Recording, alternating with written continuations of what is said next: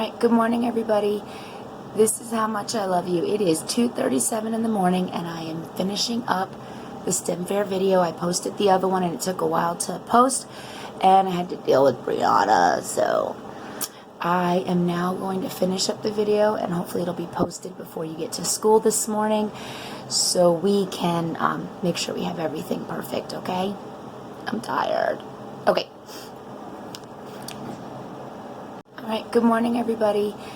This is how much I love you. It is 2:37 in the morning and I am finishing up the STEM Fair video. I posted the other one and it took a while to post and I had to deal with Brianna, so I am now going to finish up the video and hopefully it'll be posted before you get to school this morning so we can make sure we have everything perfect, okay?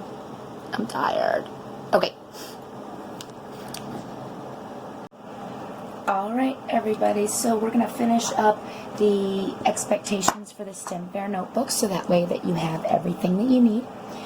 We stopped in the last video, I stopped in the last video on, we stopped with, let me see, bring this down a little bit here. We stopped with hypothesis, and we talked about how your hypothesis had to be based on your research. You had to restate your topic, and then you had to say what you think the outcome of the test would be and what evidence from your research led you that direction. The next thing is your materials. I'm going to go over the requirement for the materials. Now there are videos up on my page that are specific with regard to each of the sections, so you don't have to, if you have forgotten what the expectations are within the journal entry, it's also there, and it's probably a little more specific. I'm just going to kind of give you the outline of what should be there. So your materials should obviously have a date at the top of a page. Whatever the date that materials were, I don't have a STEM Fair notebook with me at home here, so I don't know the date that they were, but you need to make sure it's dated. It needs to have a title, materials. It should have your learning target. Most likely we will create the materials list or something to that effect. You will need to have that in there. We had class notes that should be involved. Class notes goes over what are the expectations of the journal entry. Materials is usually that everything has to be listed, no matter what you use. If I'm using this table for example, so I'm going to give you an example of everything listed. Now this is an example. Right now, Miss Angelo is creating a video for you guys to be able to figure out how to get together your STEM Fair notebook. So what are the items that I need in order to facilitate doing this part for you? Well, I need to have my cell phone, and I'm not just going to write cell phone because that's not specific. Remember, in materials, it has to be specific. All right? So my cell phone is a Moto Z2. That looks the same. It's a Moto Z2. I need my wooden YouTube stand. So I'm being as specific. Now, my YouTube stand was created by my dad and I, so it doesn't have a name. I have to have my pen, and I would put this specific name with regard to my pen. Let me see if I can. See it up close? Where is the camera? You can't see it from there. It is, I need my STAEDTLER fine point magenta pen. So I would be very specific. I need wide ruled notebook paper, and let's say we would need 10 sheets. Alright, we have to be as specific as possible. Now again, this is just an example of gathering a materials list. I also need a table. I don't have to be very specific, I just have to have a flat surface in which to work. I have to have a seat.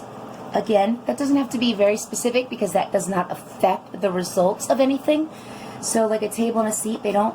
And remember, the first thing that should always be on your materials list, number one, is your STEM log. Okay? You have to have that. All right, so this is an example of specific details. When we did our Coca-Cola, which is in your mock journal entry, and you should have that, we had, 5 12-ounce Coca-Cola cans, room temperature.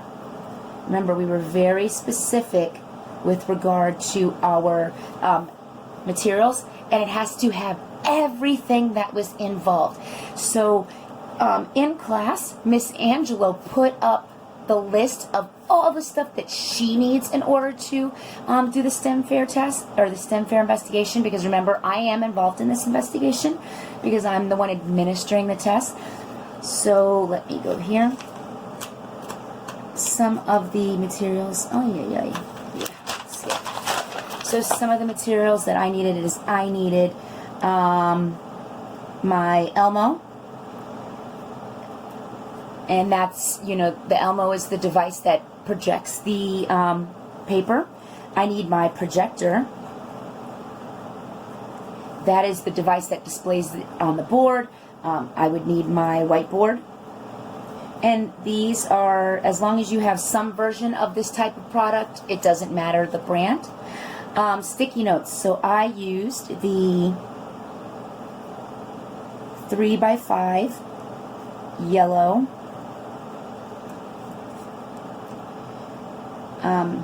Post-it, that's the brand, sticky notes,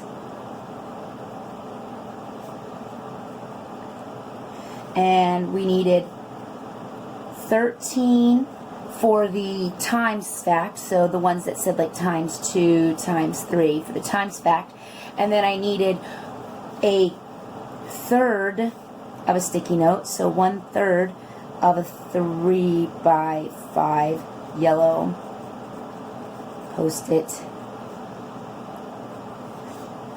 sticky note for the table. So if we were doing the 5 tables, I'd put the 5 with 1/3 of it. So for the table, and I only needed 1/3, so that way I could obviously use more. And then when we did our answers, when we went over the results, the answers, I needed 3 3x5 yellow Post-its. So that's what I needed just to deliver the test. We needed my Moto Z2 cell phone. We needed this, my JBL speaker Moto Mod.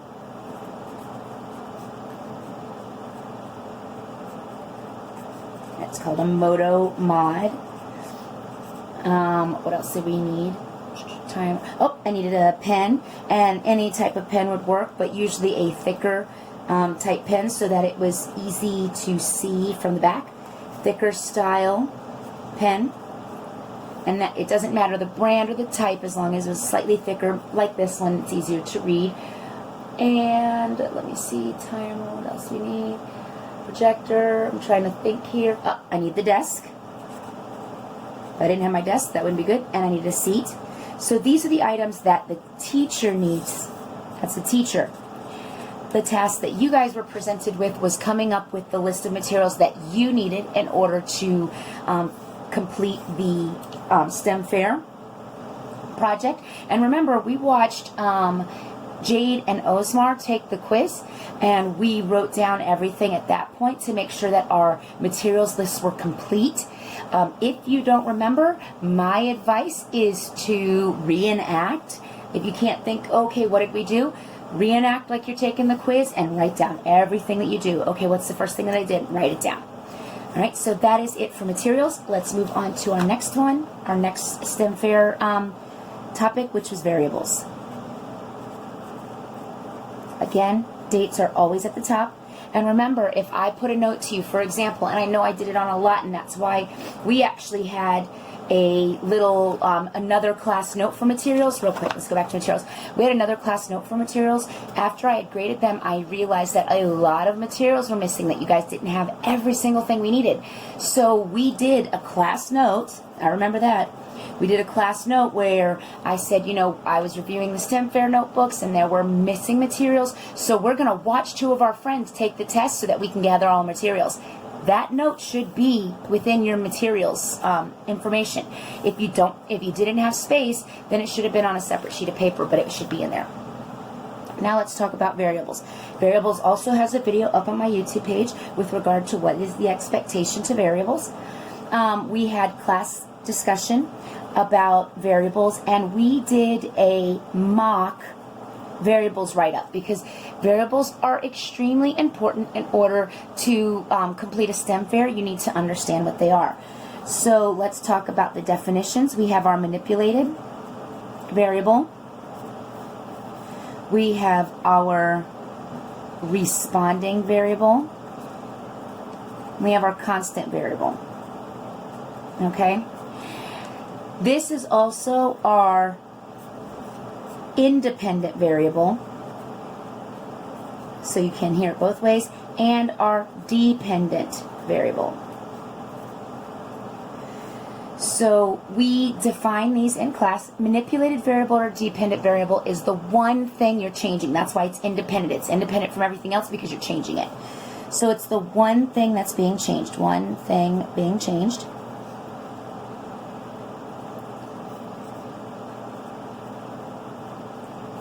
Your responding or dependent variable is what you're measuring. Measuring within your investigation. And your constant is all other materials. All other materials. So those are the definitions of these items. We had a mock variables write-up where, one, you guys, you also had a graphic organizer where you worked with your peers, and your peers put down what they thought the variables were, and you put down what you thought the variables were. That should also be glued in there, so let me put your graphic organizer. And I know some of you didn't have a partner, so if you don't have a partner, then you just put, I remember you did the graphic organizer and you just put your information in there. If you don't remember what the graphic organizer looked like, it was like this, 3 spots, and it had the name. I don't remember if it said manipulated or independent. They mean the same thing. They are just referred to differently sometimes, so I want to make sure that you have all of them.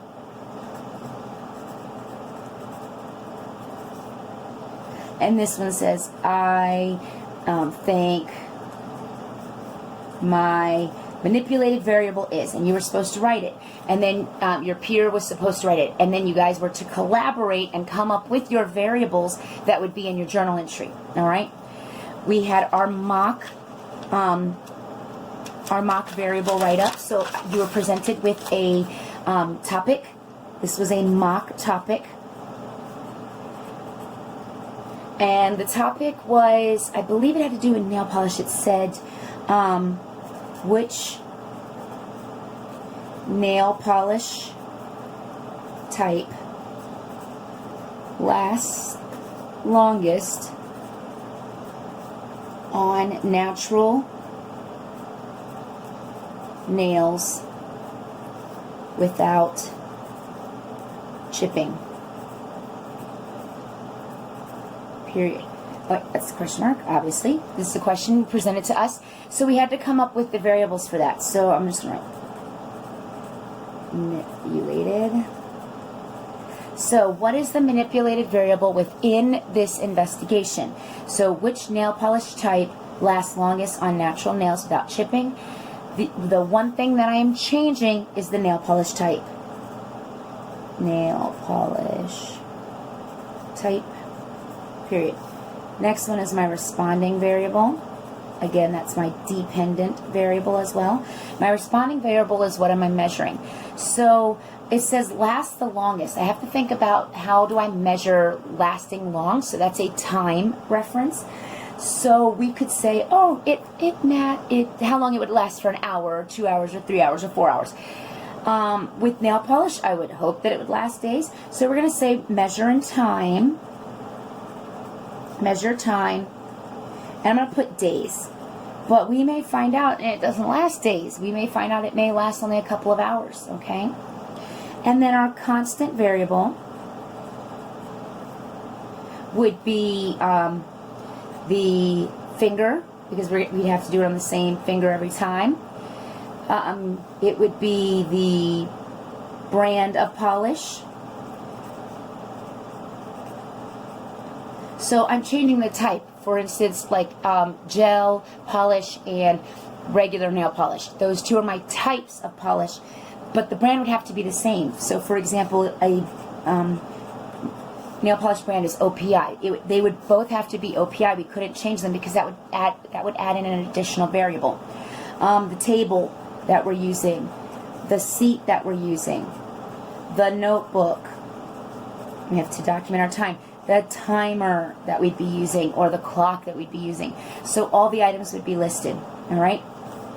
You were supposed to put in a journal entry after this lesson. This is what I learned. So, and that's usually at the beginning of your journal entry. You always have to put, this is what I learned from the lesson. This is what I learned from the lesson.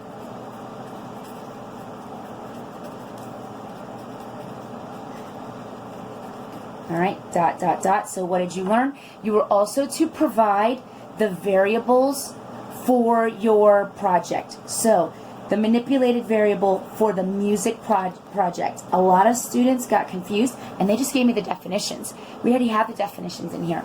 I need to actually have the variables for your project. I know that you guys worked it out with your peers on a graphic organizer, but it needs to be written in your journal entry because the judges are going to be looking at those journal entries as the expectations. Again,